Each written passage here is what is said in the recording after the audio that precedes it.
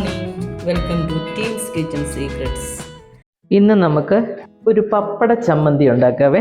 അതിനാവശ്യമായിട്ടുള്ള സാധനങ്ങൾ ഇവിടെ ഞാൻ 3 പപ്പടം എടുത്തിട്ടുണ്ട്. പിന്നെ ഒരു 4 വറ്റൽമുളക്, പിന്നെ ഒരു 3-4 കഷ്ണം ചുവന്നുള്ളി, ചെറിയൊരു പീസ് ഇഞ്ചി, പിന്നെ കുറച്ച് സാമ്പാർ പൊടിയാണേ, പിന്നെ കുറച്ച് കറിവേപ്പില, പിന്നെ നമുക്ക് ഇതിനൊരു കപ്പ് തേങ്ങ, പിന്നെ ആവശ്യത്തിന് ഉപ്പും. ഇത് നമുക്ക് ആദ്യം ചെയ്യേണ്ടത് പപ്പടം നന്നായിട്ട് വറുത്തെടുക്കണം. പിന്നെ ഈ വറ്റൽമുളകും ഈ ഉള്ളിയും ഇഞ്ചിയും ആ എണ്ണയിലിട്ട് തന്നെ ഒന്ന് ചെറുതായിട്ടൊന്ന് ഫ്രൈ ചെയ്തെടുക്കണേ. എന്നിട്ട് വേണം നമുക്ക് പിന്നെ ഈ ചമ്മന്തി അരച്ചെടുക്കാൻ. ഇത് ചോറിൻ്റെയും കഞ്ഞിയുടെയും ഒക്കെ കൂടെ നല്ല സൂപ്പർ ചമ്മന്തിയാണ് കേട്ടോ. എരിവൊക്കെ നമ്മുടെ ഇഷ്ടത്തിന് ചെയ്യണം. ഇപ്പം എരിവ് കുറച്ചുകൂടെ കൂടുതൽ വേണമെങ്കിലുണ്ടല്ലോ 1-2 വറ്റൽമുളകും കൂടെ, അത് നിങ്ങളുടെ ഇഷ്ടത്തിന് ചെയ്താൽ മതി കേട്ടോ. ഇനി നമുക്ക് ഈ പപ്പടം ഒന്ന് വറുത്തെടുക്കാവേ. ഇവിടെ ചെറിയൊരു കടായി ഞാൻ എണ്ണ ഒഴിച്ചിട്ടുണ്ട്. ഇനി നമുക്ക് ഈ പപ്പടം വറുത്തെടുക്കാവേ.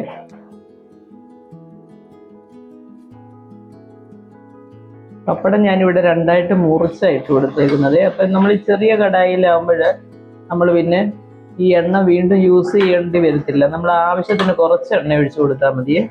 വലിയ പാത്രമാകുമ്പോൾ നമ്മൾ അതുപോലെ എണ്ണ കൂടുതൽ ഒഴിക്കണ്ടേ. അതിനായിട്ടാണ് ചെറിയ കടായിൽ ഇങ്ങനെ എടുക്കുന്നത്. ഇപ്പോൾ എണ്ണയൊന്നും റീയൂസ് ചെയ്യരുതെന്നൊക്കെ അല്ലേ പറയുന്നത്.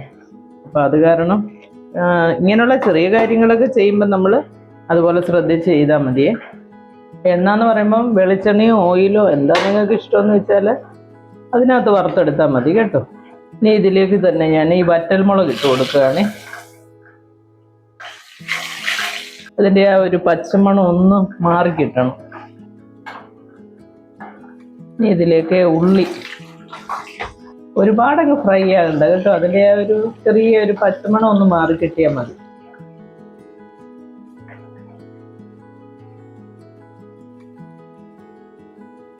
ഈ ഒരു കഷ്ണം ഇഞ്ചി ഇല്ലേ, അതും കൂടി ഇട്ട് കൊടുക്കുന്നുണ്ട്.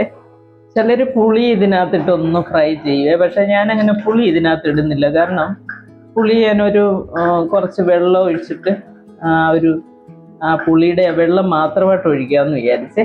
ഇനിയിപ്പോൾ നമുക്ക് ഗ്യാസ് അങ്ങ് ഓഫ് ചെയ്തേക്കാം. ആ ഇഞ്ചി ഒന്ന് ചെറുതായിട്ടൊന്ന് ചൂടായി കിട്ടിയല്ലോ, ഇത്രയും ചെയ്താൽ മതി. ഇതെല്ലാം നമ്മൾ ഫ്രൈ ആക്കി എടുത്തിട്ടുണ്ട്. ഇനി ഇത് മിക്സിയുടെ ചെറിയ ജാറിൽ ഞാൻ കറിവേപ്പില ഇട്ടിട്ടുണ്ട്. ഇനി ഈ മുളക്, ഇഞ്ചി മുളക് ഉള്ളി എല്ലാം നമ്മൾ ഫ്രൈ ആക്കി വെച്ചിട്ടുണ്ട്. ഇത്രയും നമുക്ക് ആദ്യം ഒന്ന് ക്രഷ് ചെയ്തെടുക്കണം. എന്നിട്ട് അവസാനം പപ്പടം ചേർത്താൽ മതി. പപ്പടം പൊടിച്ച് ചേർത്ത് മിക്സ് ആക്കിയതിന് ശേഷമേ നമ്മൾ ഉപ്പിട്ട് കൊടുക്കാവുള്ളൂ. കാരണം പപ്പടത്തിൽ കുറച്ച് ഉപ്പുണ്ടല്ലോ. അപ്പം നേരത്തെ നമ്മൾ ഉപ്പിട്ട് കൊടുത്താൽ അത് ശരിയാകത്തില്ലേ. ആദ്യം ഇതൊന്ന് നമുക്ക് ഒന്ന് ക്രഷ് ചെയ്തെടുത്തോണ്ട് വരാം. ഉള്ളി മുളകും എല്ലാം നമ്മൾ ഇവിടെ ക്രഷ് ചെയ്ത് കൊണ്ടുവച്ചിട്ടുണ്ട്. ഇനി ഇതിനകത്തേക്ക് തേങ്ങ ചേർത്ത് കൊടുക്കണം. എന്നിട്ട് ഞാൻ ആ പുളി വെള്ളത്തിലൊന്ന് പിഴിഞ്ഞ് വെച്ചിട്ടുണ്ട്, അതും കൂടെ നമുക്ക് ഇതിനകത്ത് ചേർത്ത് കൊടുക്കാം.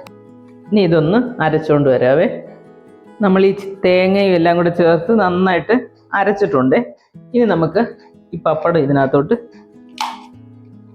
ഇങ്ങനെ 2ആയിട്ടൊന്ന് മുറിച്ചങ്ങിട്ടാൽ മതിയേ. എന്നിട്ട് ഇതൊന്നും കൂടെ ഒന്ന് ക്രഷ് ചെയ്തിട്ട് ഇങ്ങനെ കൊണ്ടുവരാവേ.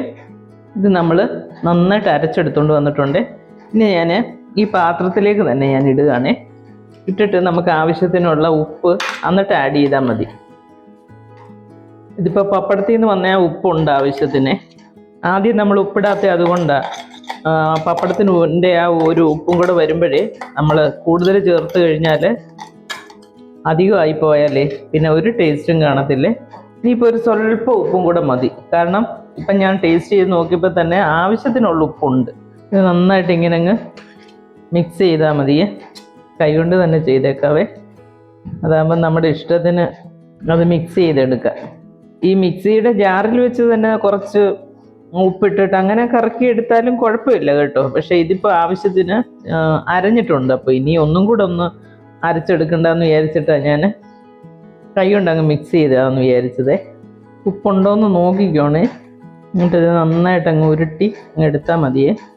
ഈ ചമ്മന്തിയുടെ ചോറിൻ്റെയും കഞ്ഞിയുടെയും ഒക്കെ കൂടെ ഇതിനകത്ത് എന്തെങ്കിലും ഇപ്പോൾ ഫ്രൈ ഐറ്റം വേണേൽ ഫ്രൈ ഐറ്റം ആക്കാം. പിന്നെ തോരന്, മെഴുക്ക് പുരട്ടി, അങ്ങനെയുള്ള എല്ലാ സാധനങ്ങളും നല്ല ടേസ്റ്റാണ് കേട്ടോ. ഇതിൻ്റെ കൂടെ നമ്മുടെ അടിപൊളി ടേസ്റ്റിലുള്ള പപ്പട ചമ്മന്തി ഇവിടെ റെഡി ആയിട്ടുണ്ട്.